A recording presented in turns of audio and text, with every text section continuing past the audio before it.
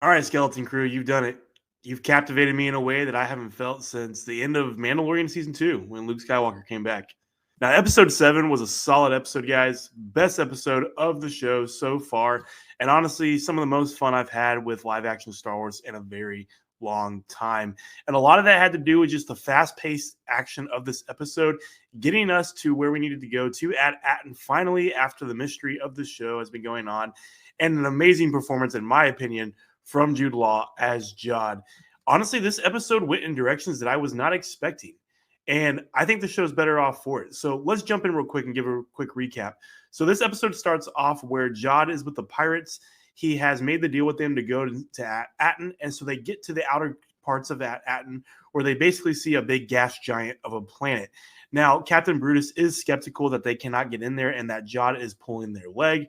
And so they send a pilot in there to test it out. Well, that pilot ends up getting blown up because of the defenses that are around At Attin. On the flip side of this episode, the kids are in the nice new ship that they blew from the hull of the Onyx Cinder, and they are on their way to At Attin as well. And they pretty much, come up right up next to the pirate ship. The Onyx Cinder does get pulled into a tractor beam from Jude and the crew. And this is where things get interesting. Captain Brutus and the pirates do try to board the Onyx Cinder once it's on their ship. And KB does use a voice modulation to make it look like there is somebody more menacing in the ship to keep them from coming aboard. And when Captain Brutus tries, they use this big robotic arm that grabs him and holds him still. And honestly, one of the most shocking parts of this episode, Jude goes over to Captain Brutus, picks up his blaster, and shoots him in the face. He is dead. Really brutal. Was not expecting that for this episode, and it just made the episode even better, in my opinion.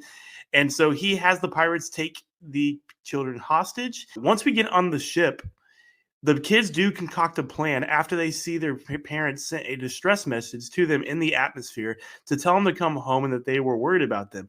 Now, the kids, haphazardly try to take over Jude and the pirates. Fern decides to play a little game of claiming that she is the pirate of the ship, and SM-33 says that Jude can't be the pirate of two ships. So SM-33 ends up turning on Jude, punching him in the face, knocking out all the pirates, and we get the kids trying to take over.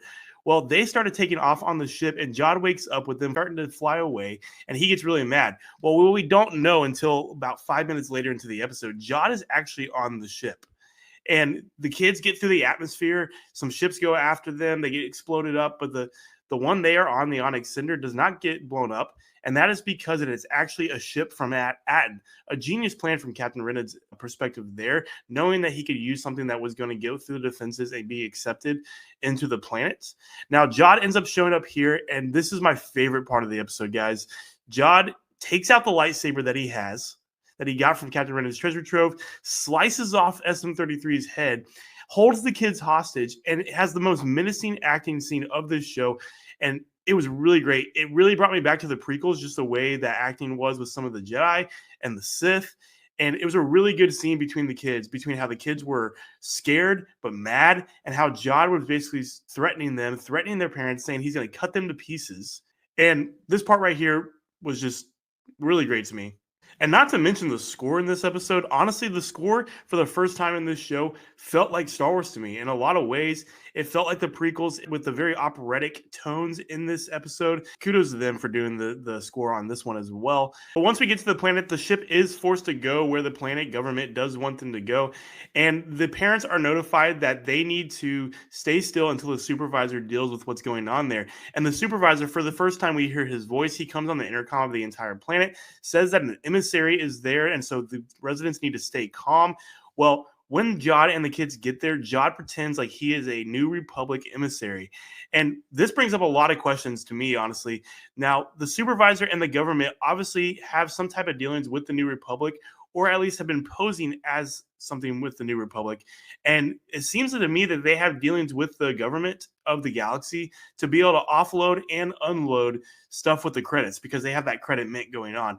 Jude knows that he can get to the mint from this direction, so he pretends like he's the emissary of the New Republic, tells the droids to keep the kids hostage on the ship. And as they go down, the vault opens underneath this planet, and we see a giant vault full of credits, and Jude freaks out. And he has the most menacing laugh in this episode, and he's playing with the credits and all that kind of stuff, and he's laughing, and the kids are watching by. And this is when the parents show up in the episode, and a really heartfelt moment with all the kids and their parents, and they're hugging and getting all excited. But the episode ends on a cliffhanger that I, again, wasn't expecting, that Jude just starts walking up towards them, ignites his lightsaber, and the camera pans out, and you just see him about to attack them, and the episode ends. So kudos to you guys for doing this episode. Lee Isaac Chung is the one that directed this episode. He is the guy actually who directed Twisters, and I love that movie. So he did a really fantastic directing job with this show. And so really excited to see what next. It's a great setup for the finale of this show, and it's different than probably what we wanted from Star Wars, but I'm not hating at all. It honestly feels like a video game story or a story from the books. And it's just a fun little side story. And there's a lot of questions that are still up in the air about Jude's backstory. Does he actually have the Force? Was he a Jedi? What's going to happen here? Because this honestly went a entirely different direction than I thought it would be. I actually thought Jude was going to end up being good, but I really like that he actually is probably just going to be a straight up bad guy. And I think it's not going to turn out well for him at the end of this whole thing. But to see him play a very menacing character who's just out for his own good, and watching him come up against these kids is some of the best Star Wars I've seen in a very long time. And so I'm really interested to see what happens next. But I would love to know what you guys think. So please let me know in the comments. Like this video and subscribe to our channel. And stay tuned for the finale review of Skeleton Crew. But until next time, may the Force be with you.